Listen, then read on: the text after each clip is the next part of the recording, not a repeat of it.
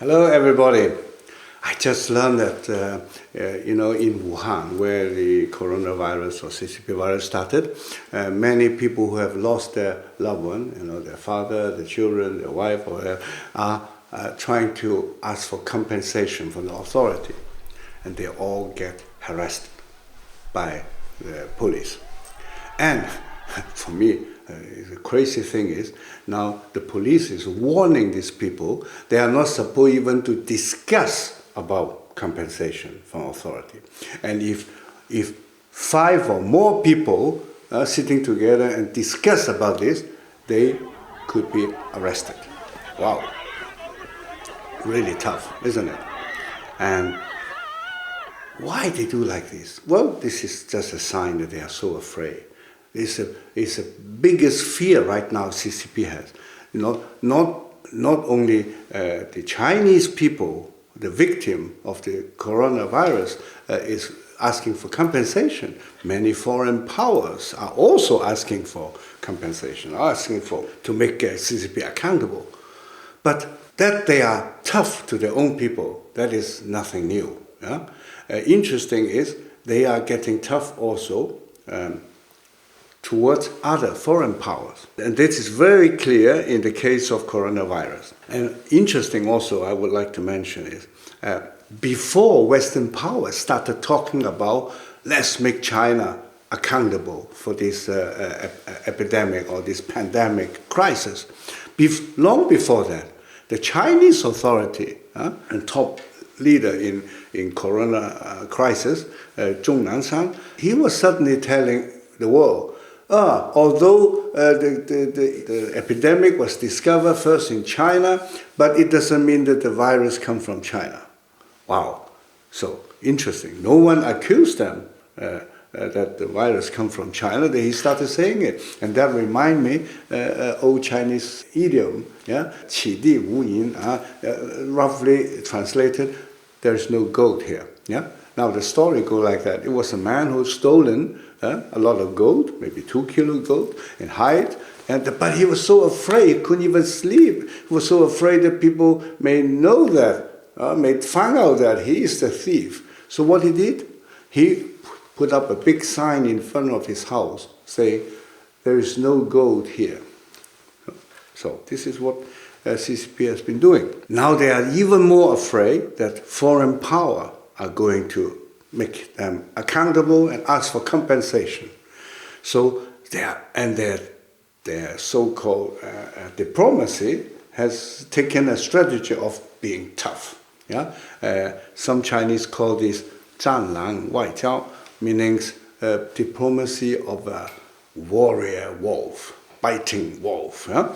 So very aggressive. So they, like I mentioned last time, they scolded Pompeo for this and that. Yeah? Attack is the best defense. Yeah? That's another idiomatic expression in Chinese. So before America started to make them accountable, they started saying that the virus came from America. Wow, that's very aggressive and very provocative. But they do it purposely. The question is, why? Why they do it like this? Why they dare to do it like this? Yeah? I think one of the reasons, there may be more than one, is some people think it's because the new leader. I don't think it's the only reason. I think it's still a kind of consistent strategy. Because don't forget, I mentioned in my previous video, when Deng Xiaoping came to power, some more than 30, 40 years ago, his strategy was hide our strength and bide our time. Yeah? So we should not show our strength. We should show ourselves like, like a child. We are the developing country. We don't have, so much money, and we need to build up our economy and all this. We are not dangerous. So, and bide our time. Wait for our time to come. And now, the current CCP leadership is the opinion that the time has come. Yeah, because you hide your strength. This is not the purpose or the goal, the target, the objective. Yeah, the objective is when your time comes, then you give them You show them what you are. Because I have mentioned before, CCP suffer from a kind of psychological syndrome. They never feel safe if they do not have control over everything. Okay? So now they have control over China. They want to have control over Asia or control over the whole world. Then they feel safe. Yeah? And for that reason, they think now the time has come. See? And there may be some conflict. There are a lot of rumors saying there's a very big fight between the top leader of CCP. But don't think that this is a fight between good guys and bad guys. No. Among bad guys, they can also have different opinion. And the other side, the one who are not in power, those who are skeptical to Xi Jinping, they are not maybe better, but they think Xi Jinping started too early with, bide our time. It's too early. We should continue to hire our strength and continue to make Western country more dependent on us, attract them with our fantastic 1.4 billion market so that they economically, financially, and so on, become more and more dependent on us. When you are dependent, then of course, one day when you are so dependent, so I can threaten you with everything. Because if you don't do as I say, I can always say, hey, forget about the huge Chinese market for you. And this has been going on for the last 30 years. But if they really think the time has come, now it's time that we take over the role of superpower number one, well, my friends, then we better be careful for our own safety. Because right now, it's not only the diplomacy getting tougher.